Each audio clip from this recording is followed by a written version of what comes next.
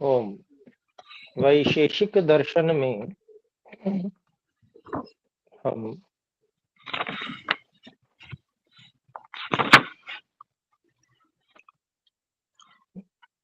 द्वितीय अध्याय प्रथम आहनिक के 10 सूत्रों को पढ़ चुके हैं।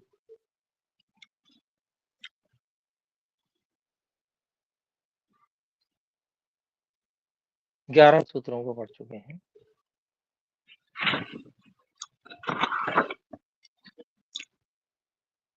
तो यहाँ तक यदि हम में से कोई भी बात पूछना चाहें तो कृपया हस्तोत्थापन द्वारा सूचित करें।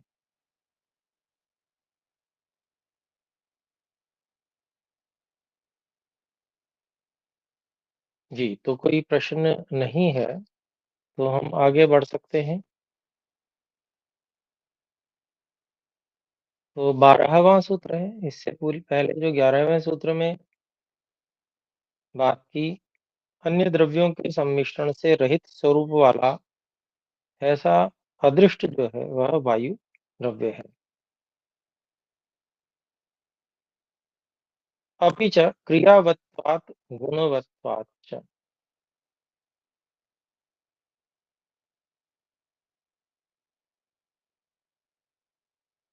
ये 12वां सूत्र है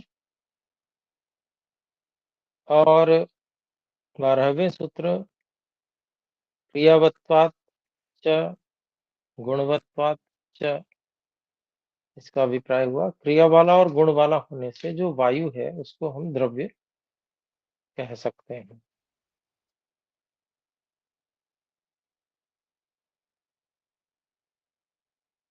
क्योंकि प्रथम अध्याय के प्रथम आहनिक में द्रव्य की परिभाषा में यही था।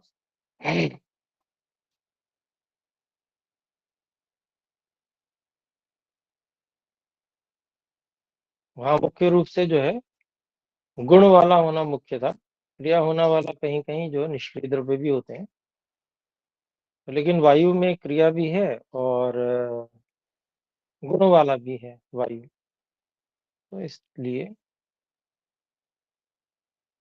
इसे हम द्रव्य कहेंगे।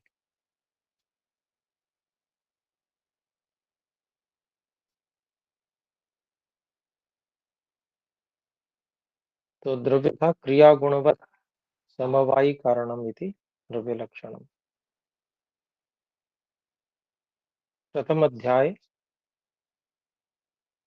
प्रथम आहनिक सूत्र 15, उसी को यहाँ पर केवल तुलना करके बता दिया है। तो कहते हैं क्रियावत्वात् गुणवत्वात् च वायु क्रियावान गतिमान गुणवान स्पर्शवांश्च वर्तते तस्मात् वायुर्द्रव्यम एव। तो वायु जो है क्रिया वाली भी है, गतिमान है और गुण वाली भी है, अर्थात स्पर्शवान है, वर्तते है, इसलिए वायु जो है वो द्रव्य ही है। उत्तम ही क्रिया गुणवत, ये भाष्य में भी बता दिया उसी सूत्र को, 15वें सूत्र को, प्रथम अध्याय प्रथम आहनिक सूत्र 15। तो अब जो है 12वां सूत्र तो हो गया, अब 13वें सूत्र की भूमिका बांध रहे हैं स्वामी जी। ननु भवतु स्पर्शेन गुणेन गुणवान क्रिया गति क्रिया क्रियावान। क्यों जी? प्रश्न उठता है कि ठीक है, मान लेते हैं कि स्पर्श गुण से गुणवान और गति क्रिया से क्रियावान जो है वायु द्रव्य मान लिया होवे। यदा स्पर्शो गात्रैरनुभूयते यदा वा पर्णशाखासु गति क्रिया उपलभ्यते। जब हमारे अंगों में स्पर्श अनुभूत होता है, जब पत्तों और शाखाओं में गति क्रिया प्राप्त होती है, तदा वायुर्वर्तमानत्वम, तब हम समझ सकते हैं कि वायु वर्तमान है। परंतु यदा न गात्रैः स्पर्शः प्रतीयते, जब अंगों में स्पर्श प्रतीत नहीं होता है, न च पर्ण शाखासु गति क्रिया लक्ष्यते, और न ही पत्तों शाखाओं में गति क्रिया लक्षित होती है, तदा वायुर न वर्तमानत्वम अस्ति, तब वायु की वर्तमानता नहीं है, इति तु तस्य अनित्यत्वम आयाति। इस प्रकार से तो प्रश्न ये है कि क्या फिर ऐसे तो इसका अनित्यत्व प्रस्तुत हो जाता है, अनित्यत्व का दोष आ जाता है वायु में। तो अत्र उच्यते, तो इसके बारे में कहते हैं अद्रव्यत्वेन नित्यत्वम उक्तम। तो देखिए, अपेक्षा से नित्यता और अनित्यता कही जा रही है। यहाँ समझने योग्य बात यह है, क्योंकि वैशेषिक दर्शन का जो विषय वो एक सीमा में बांधा गया है, इसलिए वायु को नित्य यहाँ पर कहा है। वैसे जो अगर हम सूक्ष्म दृष्टि से देखते हैं और अधिक समाधि प्रत्यक्ष वाले दृष्टि से, तो वहां पर जो है वायु भी अनित्य ही है,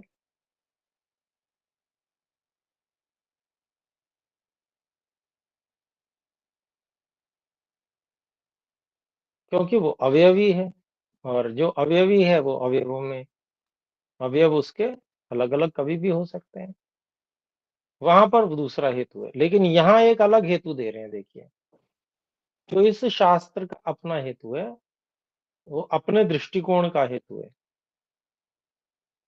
इसको इसीलिए समझना बहुत आवश्यक है कि अगर हम इसकी तुलना सांख्य इत्यादि से करने लगेंगे तो बात समझ में नहीं आएगी।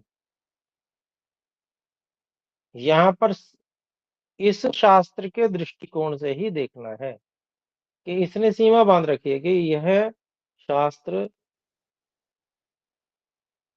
जो अ, परमाणु है उससे पीछे की बात नहीं करेगा, परमाणु को ही मूल कारण मान के ही चल रहा है।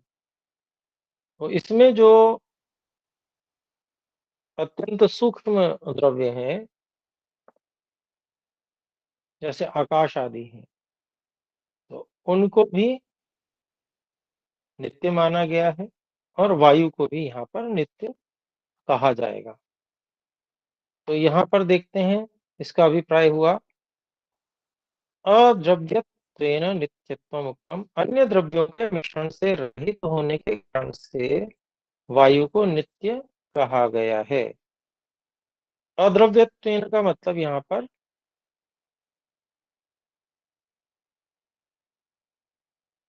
अनिषेधात्मक है, द्रव्यत्व द्रव्यपन, अर्थात यहाँ पर जो अन्य जो द्रव्य हैं उन द्रव्यों को मिश्रित यहाँ पर बताया गया कि नहीं मिश्रित है।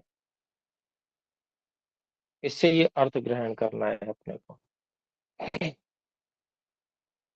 तो जब वायु में अन्य द्रव्यों का कोई मिश्रण है नहीं, तो वो अलग भी नहीं होंगे, इसलिए ये नित्य। जिसमें मिश्रण होगा और वो मिश्रण हट जाएगा, तो वो अनित्य हो जाएगा। ये दृष्टिकोण है यहाँ पर। तो आइए इसके भाष्य को देखते हैं। अद्रव्यत्वेन न द्रव्यम आश्रयः,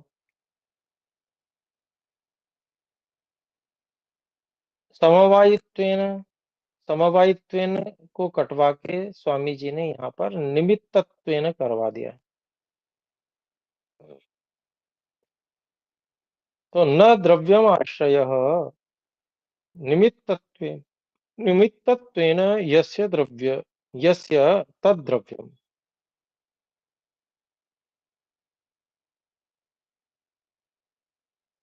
तस्य भावः द्रव्यत्वम्, तेन द्रव्यत्वेन।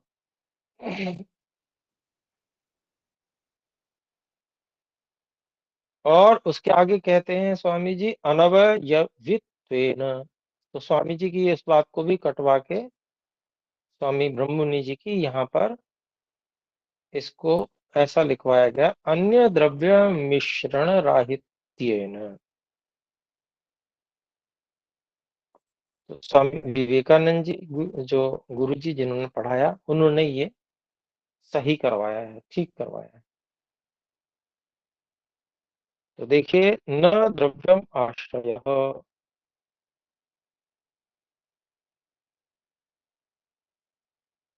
निमित्तत्वेन यस्य।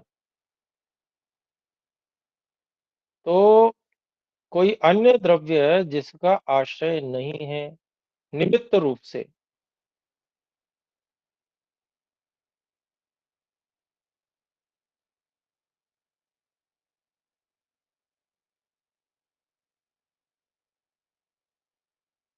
कोई अन्य द्रव्य जिसका आश्रय नहीं है निमित्त रूप से, तद द्रव्यम, वह द्रव्य, उस द्रव्य के बारे में यहाँ पर कहा जा रहा है। अद्रव्यत्वेन को खोल रहे हैं, तो अ के लिए न शब्द लगा दिया, निषेध। तो जिसका अन्य कोई द्रव्य आश्रय निमित्त रूप से नहीं है, उस द्रव्य को कहा जा रहा है तस्य भावः, उस ऐसे द्रव्य का जो भाव है, उसको अद्रव्यत्व से कहा गया। त्व जो लगा प्रत्यय, उसके लिए कह रहे हैं, तो उसको कह रहे हैं अद्रव्यत्वम। फिर कहते हैं उसको ही तृतीय विभक्ति लगा दी उसमें, तेन अद्रव्यत्वेन। वो जो अद्रव्यत्व शब्द बना, उसी में जब तृतीया लगा देंगे तो अद्रव्यत्वेन हो जाएगा। तो मतलब अद्रव्यत्वेन शब्द बना कैसे, उसको यहाँ पर बताया जा रहा है। अद्रव्यत्वेन अर्थात अन्य द्रव्य मिश्रण राहित्येन। अद्रव्यत्वेन का मतलब हो गया अन्य द्रव्य के मिश्रण से रहित होने से।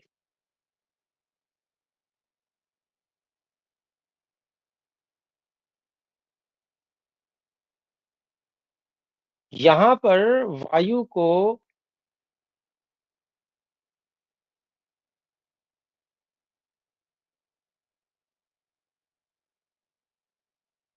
एक दर्शन में जो है अवयव वाला तो स्वीकार किया गया है। क्यों स्वीकार किया गया? क्योंकि वायु के परमाणु माने गए हैं। अब वायु के परमाणु हैं तो इसका मतलब उसके अवयव भी हैं, और जब अवयव हो रहे हैं तो उनमें क्रिया हो रही है। तो ये हेतु यहाँ पर फिट नहीं बैठ रहा, अनवयवित्व वाला, इसलिए कटवा दिया। तो हेतु जो सही है वो अन्य द्रव्य मिश्रण राहित्य, ये वाला सही हेतु है, जो यहाँ पर है भी, वास्तव में भी है। क्योंकि देखिए, आप तुलना कीजिए तो वायु से जो कम सूक्ष्म है वो अग्नि है। तो अग्नि में वायु का मिश्रण है, तभी अग्नि में रूप के साथ साथ स्पर्श भी उद्भूत होता है।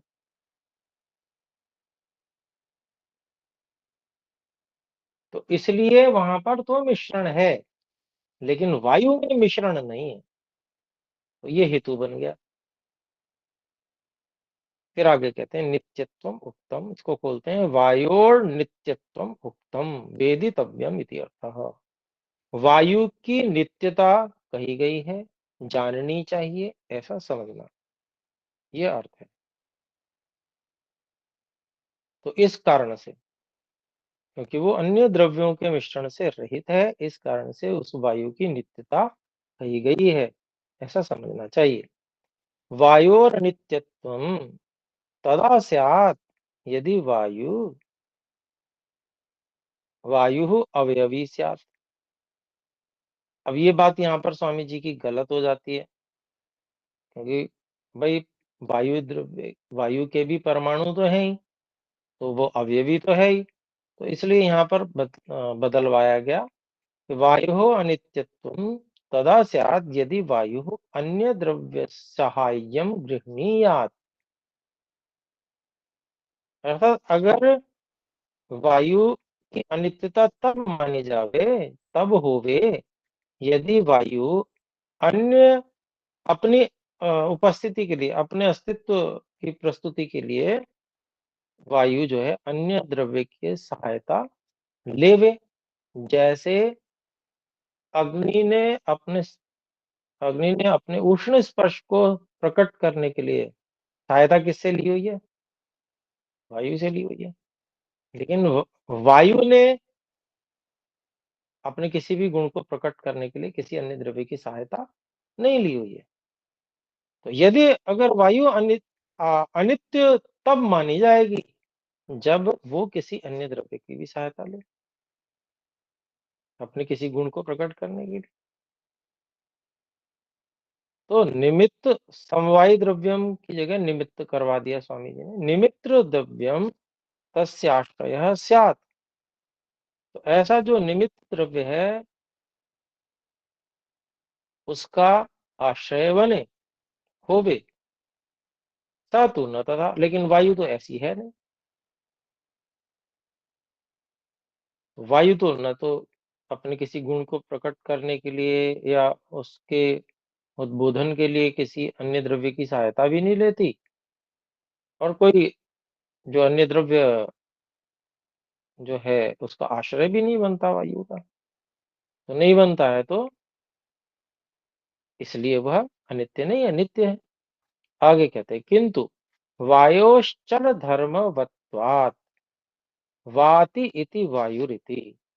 लेकिन वायु के चल धर्म वाला होने से, वायु बहने का धर्म है, वायु का गति का धर्म है, गति का गुण है। ऐसा गुण होने से वाति इति वायु इति, जो बहती है उसको वायु कहते हैं। इति समाख्यानात्, और ऐसा उसका नाम रखा गया होने से, संज्ञा होने से, कदाचित न तस्य गतेरभावः, कभी भी उसकी जो गति है उसका अभाव नहीं होता है। परंतु लेकिन तीव्रत्व मंदत्व भेदात् तद्गतेर्द्वैविध्यम्। लेकिन तीव्रता और मंदता इसके भेद से उसकी, वायु की गति का द्वैविध्य है, अर्थात दो प्रकार की गति है वायु में। एक तीव्र गति और एक बहुत मंद गति भी होती है। तस्मात्, इसलिए सर्वत्रापि मंद गति मांस्तु सर्वदा वाति ही। इसलिए हम सब जगहों पे मंद गति से तो वो बहती ही है हमेशा। नोचेत वायुमंतरेण प्राणिनो म्रियेरन। अन्यथा तो वायु के बिना प्राणी जो है मर जाएंगे। वायु तो बहुत जरूरी है, वायु के बिना प्राणी मर जाएंगे। इस बात का प्रमाण है कि वायु भले ही मंद गति से बह रही है लेकिन बहती जरूर है। पता नहीं चल रही है वो एक अलग विषय है आपको। तो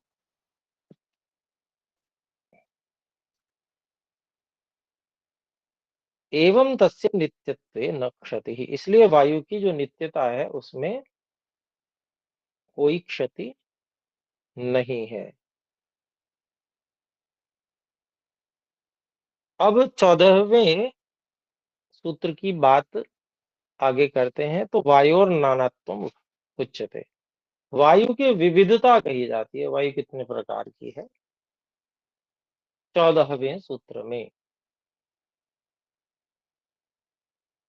तो कहते हैं वायोर वायु सम्मूर्छन नानात्व लिंगम। तो वायु से वायु का टकराना, ये अनेक वायुओं के होने में प्रमाण है।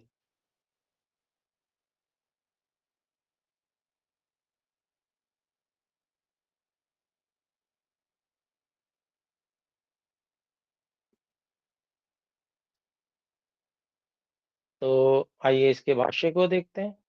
वायोः नानात्व लिंगम, वायोर विविधत्वे लिंगम अस्ति। वायु की विविधता में, अनेक होने में प्रमाण है, प्रत्यक्ष प्रमाण है।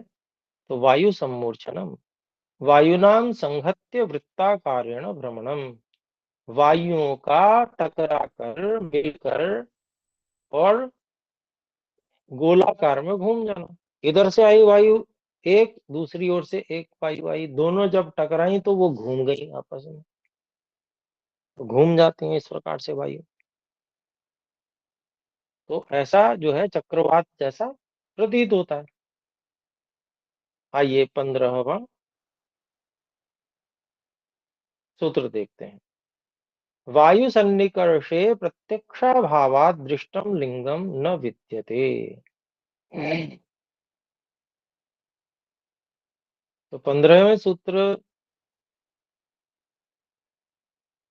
का जो अभिप्राय है कि वायु के त्वचा से सन्निकर्ष संपर्कित होने पर प्रत्यक्षाभावात, आंख से प्रत्यक्ष न होने से दृष्टम लिंगम न विद्यते, वायु का कोई नेत्र दृष्ट लक्षण नहीं है।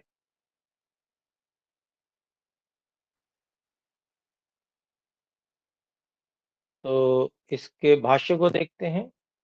वायु सन्निकर्षे यद्यपि त्वगिंद्रियेण वायु सन्निकर्षो भवति, हालांकि जो त्वचा है उस इंद्रिय से वायु का, हवा का सन्निकर्ष अर्थात संपर्क होना होता ही है, परंतु तत्र लेकिन इस विषय में प्रत्यक्षाभाव, नेत्रेन्द्रियेण प्रत्यक्षस्य अभावोऽस्ति, इसके विषय में नेत्र के इंद्रिय से उसके प्रत्यक्ष का अभाव ही है। अतः तत्र दृष्टम लिंगम न विद्यते को खोलते हैं। नेत्रम दृष्टम, नेत्र दृष्टम लिंगम लक्षणम वायु वायु सिद्धौ वा न विद्यते। इसलिए वहां पर वायु में अर्थात नेत्र से देखा जाने वाला जो लक्षण है, ऐसा वायु को सिद्ध करने में नहीं है।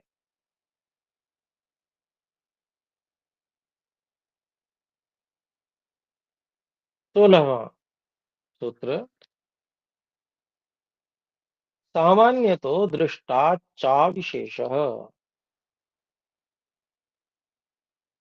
तो 16वां सूत्र है, अभिप्राय हुआ सामान्य नियम देखा जाने से। सामान्य तो दृष्टा, सामान्य नियम क्या है कि गुण से ही गुणी को जाना जाता है। तो इस नियम से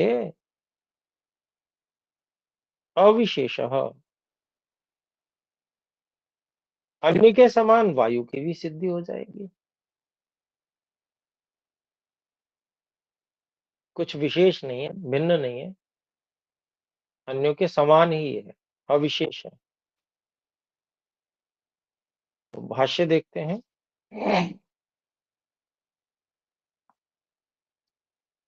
यदि नेत्रेंद्रियेण एव सन्निकर्षः प्रत्यक्षम स्यात्, यदि केवल नेत्र इंद्रिय से ही सन्निकृष्ट होकर अर्थात संपर्कित होकर प्रत्यक्ष होवे, त्वग इंद्रियेण सन्निकर्षो न प्रत्यक्षमिति। यदि त्वचा इंद्रिय, स्पर्श इंद्रिय से जो प्राप्ति है अर्थात संपर्कित होना है, उसको प्रत्यक्ष, वो प्रत्यक्ष नहीं है ऐसा कोई माने, तदापि वायु सिद्धिस्तु भवति, तब भी वायु की सिद्धि तो होती है। कैसे? सामान्य तो दृष्टादपि, अनुमान प्रमाण से मान लेंगे, अनुमान भी तो प्रमाण है। सामान्य तो दृष्ट अनुमान का ही एक विशेष भाग है। मतलब सामान्य तो दृष्ट जैसे अनुमान प्रमाण के कुछ जो विभाग है उनमें से एक माना जाता है। ये एक प्रकार से बात की। फिर अगली बात कहते हैं, त्वग इंद्रियेण यह खलु स्पर्शो गुणः सन्निकृष्यते तस्य गुणस्य गुणिना द्रव्येण भाव्यमेव। और वो क्या है सामान्य तो दृष्ट? जो त्वचा इंद्रिय से जो स्पर्श गुण प्राप्त होता है, सन्निकृष्यते, संपर्कित होता है, तस्य गुणस्य, उस गुण के गुणिना, जो गुणी है, उस गुण के गुणी का अर्थात गुणी द्रव्य के होना ही चाहिए, का होना आवश्यक है, भाव्यमेव। तो ऐसे स्पर्श गुण के गुणी द्रव्य का होना बहुत आवश्यक है, अर्थात वह ऐसा गुणी द्रव्य होना ही चाहिए। तो ये पहली बात हो गई। फिर ये दूसरी प्रकार का है, उसको स्वामी जी ने कटवा दिया। पढ़ लेते हैं, फिर भी पता चल जाएगा क्यों कटवा दिया। तो यद्वा पार्थिवमाप्यम तैजसम दृश्यम वस्तु स्पर्श गुणवत्तया न दृष्टिपथम आगच्छति। क्या फिर ऐसे कह दें कि जो पार्थिव, जलीय और तेजस जो दृश्य वस्तु हैं, वो स्पर्श गुणवत्तया, स्पर्श गुण वाली होने से न दृष्टिपथम आगच्छति, अर्थात आंख से नहीं दिखती हैं। यतो नेत्राभ्याम न पार्थिव आदि कस्य स्पर्शो गृह्यते, क्योंकि नेत्र से पार्थिव आदि का स्पर्श ग्रहण नहीं होता है। परंतु परंतु तत्रत्यः स्पर्शः त्वचा तु सन्निकृष्यते ही, लेकिन उसमें उपस्थित जो स्पर्श है, उससे त्वचा का संपर्कित होना तो होता ही है। तदा स स्पर्शो गुणः पार्थिवाप्यस्तेजसानां न भवन। इस प्रकार से वह स्पर्श गुण तो पृथ्वी, जल और अग्नि, इनका न होता हुआ तेभ्यो अन्य द्रव्यस्य लिंगम, उनसे भिन्न द्रव्य का लिंग है, इति गम्यते, ऐसा समझा जाता है। गुणस्य गुणिना भाव्यम, गुण का गुणी होना ही चाहिए। न गुणो गुणी नम अंतरेण भवति, गुण गुणी के बिना नहीं होता है। इति सामान्य तो दृष्टात, ऐसा सामान्य तो दृष्ट अनुमान होने से। तो यहाँ पर जो है,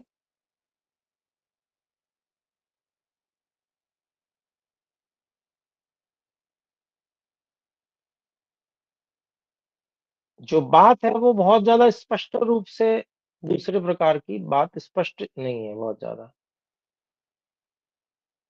जो पार्थिव आप्य और तेजस दृश्य वस्तु जो है, उनका स्पर्श गुण जो है वह आंख में आंख से नहीं देखा जा सकता। तो ये कुछ बात विचित्र सी है। स्पर्श गुण तो चाहे ऐसे हो चाहे वैसे हो, कभी भी आंख से नहीं देखा जाता।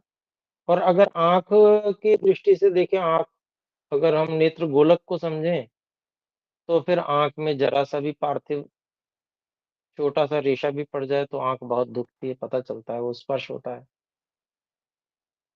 तो आंख में भी स्पर्श तो स्पर्शेंद्रिय व्यापक है।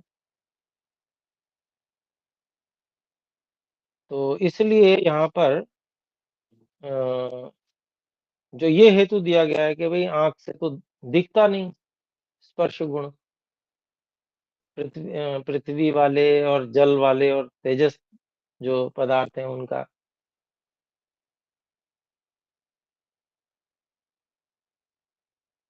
क्योंकि नेत्राभ्याम न पार्थिव आदि से स्पर्शो गृह्यते, ये बात कुछ जो है वैसे भी कहनी भी ठीक नहीं लग रही है, ये मतलब।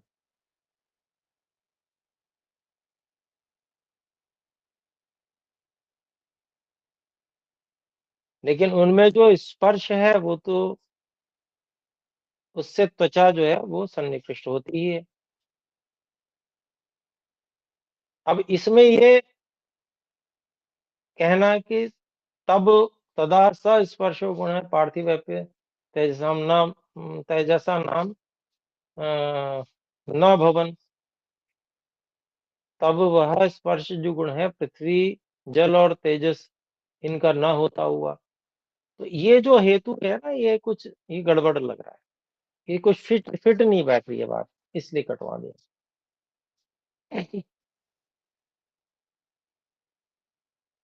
तो पहली वाली बात हमारी सिद्ध ही हो गई है, तो हमें दूसरी की इतनी अपेक्षा भी नहीं है। भाई स्पष्ट रूप से हमें भले आंख से नहीं दिखता, लेकिन स्पर्श तो ग्रहण हो रहा है ना। अब जो स्पर्श ग्रहण हो रहा है, आके छू रहा है बार बार, वो क्या है द्रव्य, प्रश्न उठेगा। तो उसको मानना ही पड़ेगा कि ये तो वायु है। तो उसके गुण गुण अगर प्रतीत हो रहा है किसी भी तरह से, तो उसका गुणी होना ही चाहिए। तो इस कारण से हम मान सकते हैं कि वायु है। तो आगे देखते हैं।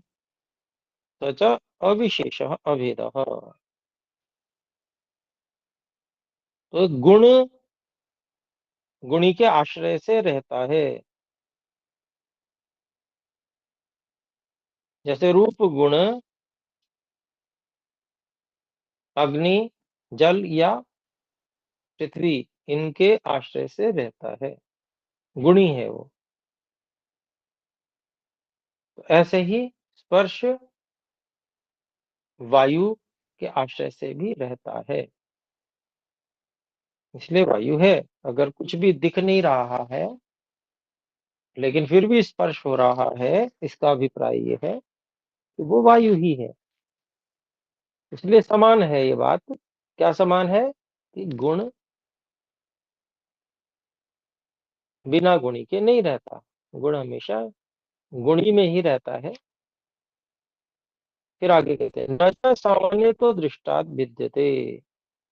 इसलिए यह सामान्य तो दृष्ट जो अनुमान प्रमाण है, उससे भिन्न नहीं है, अर्थात उसी के अंतर्गत है। तो प्रमाण से सिद्ध हो गया। फिर आगे कहते हैं तथा वस्त्र पर्ण शाखादि नाम कंपन चलनादि क्रिया निमित्तम न दृश्यते। और वस्त्र पत्ते शाखा आदियों का जो कंपन है या चलना आदि जो क्रिया का जो निमित्त है, उसका कारण जो है, किस कारण से उनमें कंपन हो रहा है, ना मैंने हिलाया, ना आपने नहीं हिलाया, ना कोई और व्यक्ति यहाँ दिख रहा है जो हिला रहा हो। तो ऐसा कोई भी निमित्त नहीं दिखता है। किमपि पार्थिवादिक आघातकारी दृश्यम वस्तु, कोई भी ऐसी पार्थिव आदि जो उस पे आघात करके उसको हिलावे, ऐसी दृश्य वस्तु तो वहां है नहीं। फिर भी ये कंपन चलन हो रहा है, पत्ते में, वस्त्र में झंडा उड़ रहा है एक दिशा में, ऐसे ही शाखा आदि हिल रही हैं। वहां कोई ऐसी पार्थिव चीज तो दिख नहीं रही है जिसने आके उनको आघात किया हो, जिसके कारण से वो हिले। परंतु तत्कंपन चलनादि क्रिया तो वह प्रवर्तते, लेकिन उनकी जो उनमें जो कंपन हो रहा है, उनमें जो चलन आदि क्रिया है, वो तो होती ही है। पुनः तत्कंपन प्रचलन आदि क्रियाया प्रवर्तकेन तु भवितव्यमेव। फिर उस कंपन प्रचलन आदि क्रिया का प्रवर्तक, चलाने वाला तो होना ही चाहिए। सामान्य तो दृष्टा तस्मादपि वायु सिद्धौ अविशेष। यह जो सामान्य तो दृष्ट अनुमान है कि किसी बिना किसी के हिलाए कोई चीज हिलती नहीं है, सामान्य नियम है। ये सामान्य तो दृष्ट है, हर व्यक्ति ये जानता है कि हिलाए बिना कुछ नहीं हिलता। यह है सामान्य तो दृष्ट। तो जब हिलाए बिना कुछ नहीं हिलता फिर भी हिल रहा है, और दिखने वाली चीज है नहीं कोई हिलाने वाली, तो बिना दिखने वाली होगी। तो इसीलिए ये समान हेतु वहां वायु की सिद्धि में भी माना जाएगा। तो वायु शुद्धो अविशेष समानो हेतु। तो ये हमारा 16वां सूत्र भी हो गया। आइए देखते हैं 17वें 18वें सूत्र की भूमिका है, छोटी सी। एवं सिद्धे सति वायु पुनः नाम।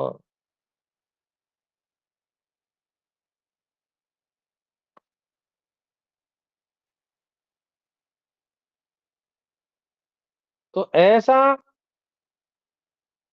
वायु जो है वो सिद्ध हो गया।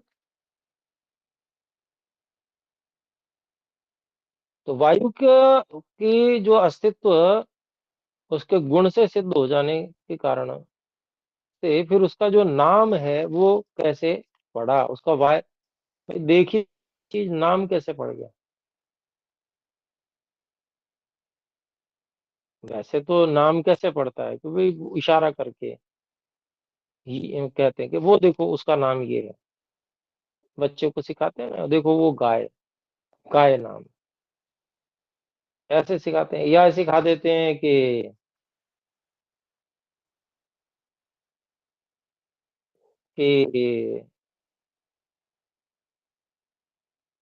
जैसे मान लीजिए जो गाय दूह रहे हैं वो चाचा हैं, तो चाचा या अंकल जो भी कुछ है उनको पहचानता है व्यक्ति या बच्चा। तो बच्चा जाके देखता है तो वो समझ जाता है कि चाचा है। और ये क्रिया है, ये दुहने की क्रिया है, दूध दुह रहे हैं, ये भी जान जाता है। और ये गाय है ये भी जान जाता है। अगर गाय नहीं देखी है, दुहना क्रिया नहीं देखी है, तो एक वाक्य से चाचा के साथ में जो बात कही गई, चाचा को पहचानता तो बाकी भी चीजें जान जाता है व्यक्ति।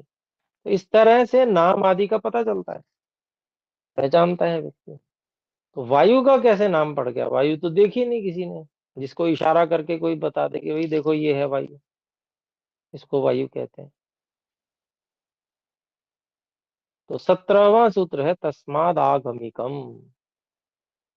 और 18वां सूत्र है संज्ञा कर्मस तस्मद विशिष्टानाम लिंगम। तो ये 17वें और 18वें सूत्र में ये जो है संबंध है, इस कारण से इनको साथ में लेकर चल रहे हैं स्वामी जी। अभिप्राय क्या हुआ,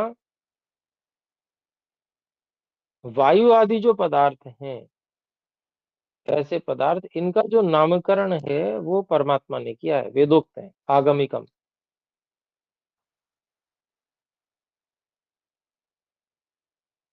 इसलिए मनुष्यों से जो भिन्न ईश्वर है, उनके कहे वचनों का इसमें प्रमाण है कि इसका नाम वायु है।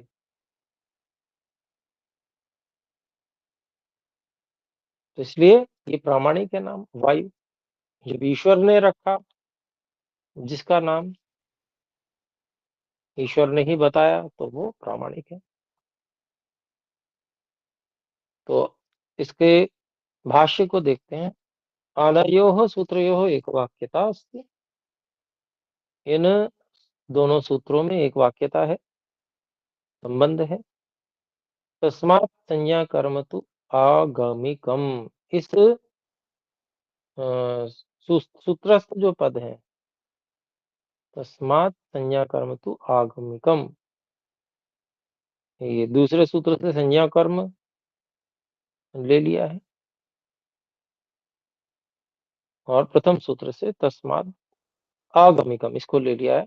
और फिर इसका अभी अभिप्राय बता रहे हैं। यतो ही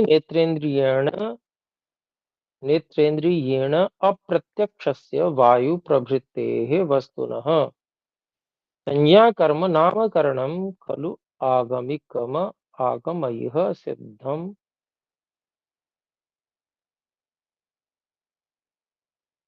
आगमेषु भवम वा। तो कहते हैं क्योंकि, यतो ही नेत्रेंद्रियेण अप्रत्यक्ष से, जिन जो आंखों से नहीं दिखने वाली चीजें हैं, वायु प्रवृत्ति, वायु आदि, वायु से लेकर अन्य, वायु आकाश, है ना जी, इससे बुद्धि मन चित्त अहंकार इंद्रियां सूक्ष्म जो हैं, इन सब जो सूक्ष्म चीजें हैं, अब यहाँ पर तो अभी वायु आकाश को ही लेंगे, क्योंकि यहाँ पर विषय यही है। सूक्ष्म अन्य बहुत सूक्ष्म विषयों को नहीं लेते हैं यहाँ पे।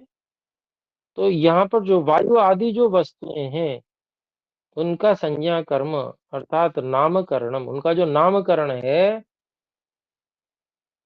वह आगमिक है, अर्थात वेद के द्वारा किया गया है। आगमय सिद्धम, वेदों के द्वारा सिद्ध किया गया है। आगमेशु भवम,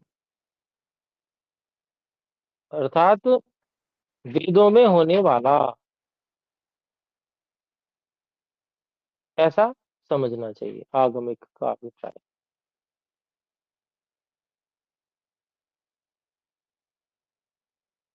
तो आगे कहते हैं आगमा खलु ऋग यजु साम अथर्वण। तो आगम क्या है? तो ऋग्वेद, यजुर्वेद, सामवेद और अथर्ववेद, ये आगम है, ये वेद है। तयः सिद्धम, उनके द्वारा जो सिद्ध है वह है आगमिक। तत्र भवम वा, या उन वेदों में होने वाला, तद धर्म पूर्वकम अनवर्थम अस्ति, उसके जो गुण है उनके पूर्वक, यह गुण के अनुसार अनवर्थ संज्ञा है। अनवर्थ, अनवर्थ अनु अर्थ, अर्थ के अनुसार, गुण के अनुसार जो नाम होता है तो वो नाम है।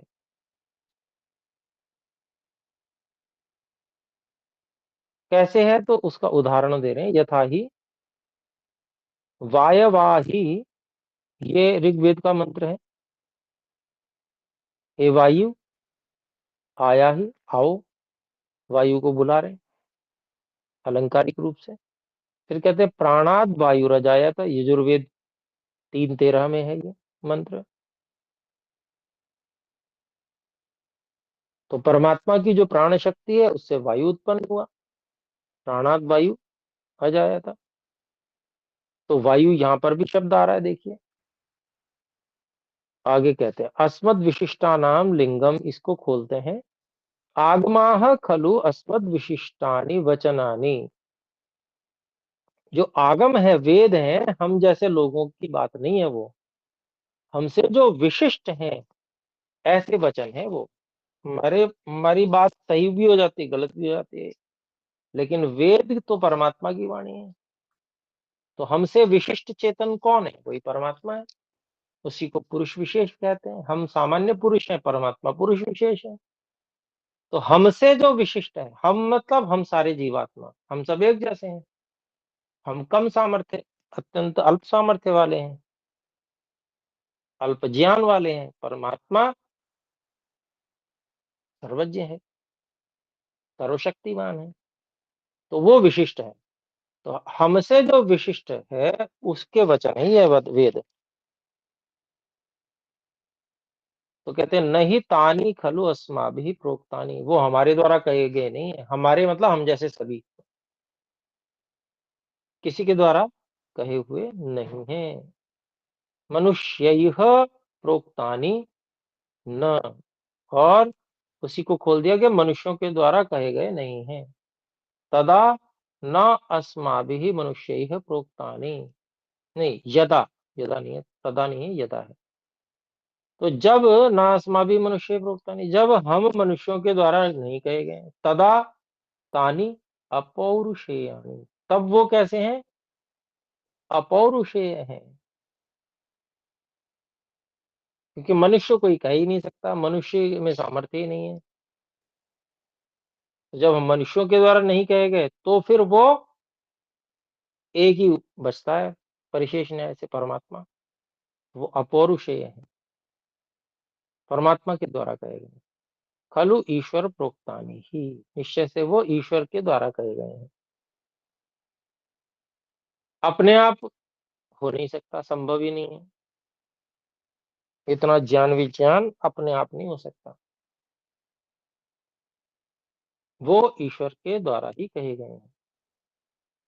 फिर कहते हैं तथा विधानाम ईश्वर वचनानाम लिंगम, उस प्रकार के जो ईश्वर के वचन है उसका जो प्रमाण है, लिंगम प्रमाणम, नेत्रेण दृश्य वस्तु विषये भवति, नेत्रेण अदृष्ट वस्तु विषये भवति। तो इस प्रकार के जो ईश्वर के वचन है उनका जो प्रमाण है वह आंख से न देखी गई वस्तु के विषय में होता है। सच्चा मंतव्य में ऐसा मानना ही पड़ेगा, ऐसा मानना ही चाहिए। तो इतना ही रखते हैं, इस पे विचार करें, चिंतन करें, मनन करें, और जो बात अस्पष्ट रहेगी उसको अगली कक्षा में आप पूछ सकते हैं। तो आइए हम सब मिलकर एक बार ओम का उच्चारण करते हैं। ओम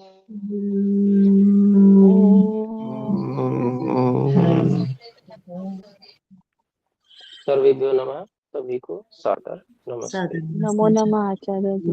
नमस्कार।